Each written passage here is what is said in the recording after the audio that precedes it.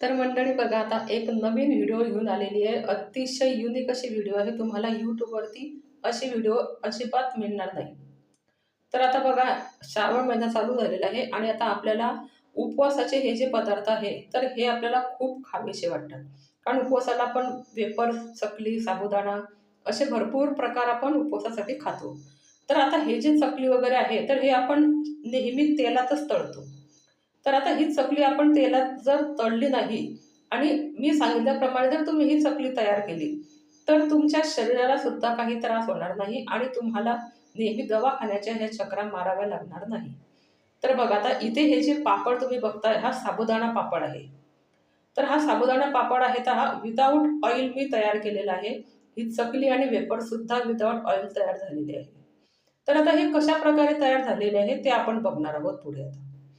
तर बघा, आता इथे घेतलेलं आहे मी एक पॅन. तर या पॅनमध्ये आपल्याला टाकायचं आहे सैंधव मीठ. तर बघा, आता हे जे मीठ आहे, तर हे माझं नेहमी बेकिंग करायचं मीठ आहे. त्यामुळे याचा कलर जो आहे तो चेंज झालेला आहे. आणि हे जे मीठ आहे, तर हे आपल्याला थोडा गॅस जास्त वाढवून हे 10 मिनिटासाठी तापवायचं आहे.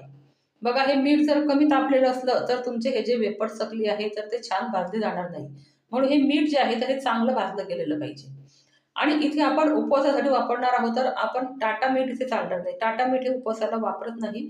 सैंधव मीठच उपवासाला वापरतात.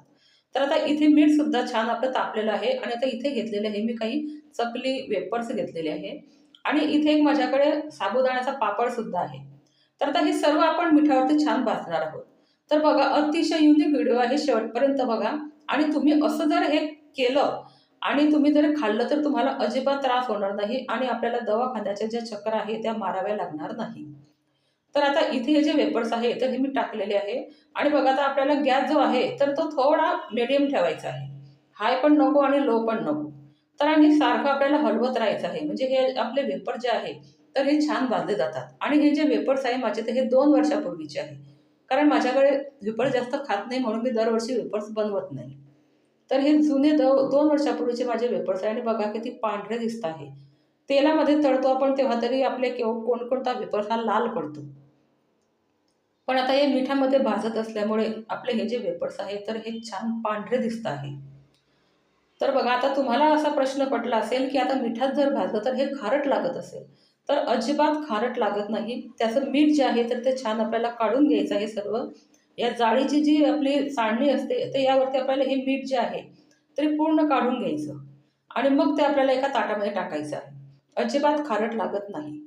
तर आता हे वेफर्स भाजल्यानंतर तर इथे आपण चकलीसुद्धा अशी भाजणार आहोत. तर बघा, आता ही जी चकली आहे, तर हिला पण छान अशी मस्त असा पांढरा शुभ्र कलर येतो. अजिबात लाल होत नाही. आणि विदाऊट ऑइल जर आपण खात आहे, तर आपल्याला अजिबात त्रास होत नाही. कारण उपवासा दिवशी काय होतं, साबुदाणा खिचडीसुद्धा खातो आपण, वेफर चकलीसुद्धा खातो आणि सर्व तेलामध्ये तयार केलेले पदार्थ आहेत हे.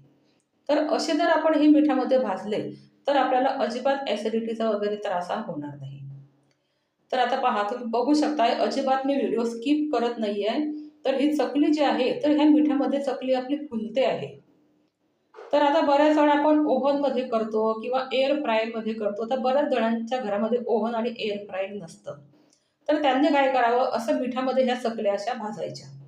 तर विदाऊट ऑइल आपल्याला ह्या चकल्या आणि वेफर्स खायची मजा घेता येईल. तर बघा, आता इथे ह्या चकल्या छान आपल्या भाजल्या गेलेल्या आहे.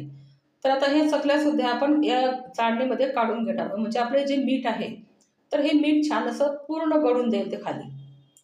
तर बघा मंडळी, आता ही जी व्हिडिओ आहे, तर ही तुम्ही नक्की तुमच्या मित्र-मैत्रिणींमध्ये शेअर करा. कारण अतिशय नवीन व्हिडिओ आहे, कुठेच तुम्हाला ही मिळणार नाही. आणि आता उपवासाचे दिवस आलेले आहेत, तर प्रत्येकाला या व्हिडिओचा फायदा झाला पाहिजे. तर बघा किती छान आपल्या चकल्या इथे तयार झालेल्या आहेत. तर आता बघा, इथे आपण तो पापड मी तुम्हाला दाखवला होता, तो पापडसुद्धा आपण इथे भाजणार आहोत. आता मी थोडेसे तुकडे करते आहे. तुम्ही अख्खा पापड जरी भाजला, तरी हा छान भाजला जाईल. तर आता हे तुकडे केल्यानंतर सुद्धा पण हे जे तुकडे आहे पापडाचे, तर हे अतिशय छान असे भाजले जातात. तर अजिबात करपत नाही, जळत नाही, काहीच होत नाही. गॅस फक्त आपल्याला थोडा मिडियम ठेवायचा आहे. गॅस जर वाढवला तर हे जळतील आणि कमी केला तर हे फुलणार नाही. तर अशी याची ही जी ट्रिक आहे, तर ही ट्रिक तुम्ही लक्षात ठेवा. आणि बघा, आता हे जो पापड आहे, तर हा पापड सुद्धा छान आपल्या इथे भाजला गेलेला आहे आणि खायला पण अतिशय कुरकुरीत लागत होते हे. असं काही नाहीये की आपण तेलामध्ये तळत नाही तर हे नरम लागत नाही. वेफर, चकली, पापड सुद्धा खाताना अतिशय कुरकुरीत लागत होते. म्हातारे लोक सुद्धा हे खाऊ शकतात असे हे आपले पापड इथे लागत होते. तर बघा आता हे छान आता इथे भाजले गेलेले आहे. आता हे सुद्धा आपण त्या चाळणीत काढून त्याचं मीठ पूर्ण काढून घेणार आहोत. तर आता हे ताटामध्ये आपल्याला पूर्ण काढून घ्यायचं आहे आणि पुन्हा आपला जो शिल्लक राहिलेला पापड आहे तर तो पण मी इथे भाजणार आहे. तर बघा हे मीठ आपलं छान गरम आहे त्यामुळे हे छान असे इथे फुलले जात आहे. तर आता हे जे पापड आहे तर तो पापड सुद्धा भाजला तुम्हाला मी दाखवणार आहे. आणि आपल्या शिल्लक राहिलेल्या चकल्या सुद्धा आता इथे मी भाजून घेणार आहे. तर बघा ह्या चकल्या सुद्धा भाजून झालेल्या आहे आणि जो पापड आहे तर तो पापड सुद्धा आपल्याला याच प्रकारे इथे भाजायचा आहे. तर त्या पापडाचे मी तुकडे करणार नाही. आपल्याला तो अर्धा पापड जो शिल्लक राहिलेला आहे तर तोच आपल्याला यात भाजायचा आहे. तर बघा मंडळी आता हे सर्व इथे भाजून झालेले आहे. वेफर्स, चकली आणि साबुदाण्याचा पापड सुद्धा भाजलेला आहे. तर बघा किती छान तो भाजला गेलेला आहे. तर त्यातला साबुदाणा सुद्धा छान असा फुललेला आहे. आणि अजिबात त्रास न देणारी अशी ही आपली चकली आणि पापडाची जी रेसिपी आहे तर हे तुम्ही नक्की ट्राय करा आणि तुमचे पापड, चकली, वेफर्स कशाप्रकारे भाजले गेले ते सुद्धा मला कमेंटमध्ये सांगा. आणि तुम्ही माझी ही व्हिडिओ कुठून बघताय ते सुद्धा मला सांगायला अजिबात विसरू नका. म्हणजे मला कळेल की माझी व्हिडिओ ही तुमच्यापर्यंत पोहोचलेली आहे. तर बघा आता तुम्हाला हा पापड दाखवते मी. पहा किती छान कुरकुरीत झालेला आहे आणि एकदम खायला पण मऊ हा पापड लागत होता. आणि आपली ही चकली पहा किती नरम आहे. आणि असं वाटत नाही की आपण ही भाजलेली आहे. अतिशय पांढरे शुभ्र आपली ही चकली इथे दिसते आहे. आणि ही खायला सुद्धा अतिशय नरम लागत होती. तर तुम्ही नक्की ही जी व्हिडिओ आहे माझी तर ही व्हिडिओ तुम्ही जास्तीत जास्त शेअर करा आणि तुम्ही ही जी रेसिपी आहे तर हे घरी ट्राय करा. आणि तर चकली सुद्धा मी तुम्हाला आतून दाखवते बघा.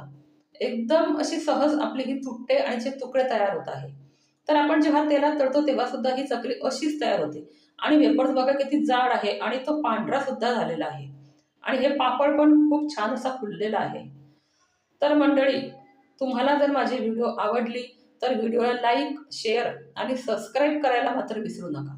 आणि अशी ही जी नवीन नवीन व्हिडिओ असतात तर ह्या व्हिडिओसाठी नेहमी माझ्या चॅनलवर कनेक्ट राहा. आणि चला मग भेटूया आपण अशाच पुढच्या नवीन व्हिडिओमध्ये.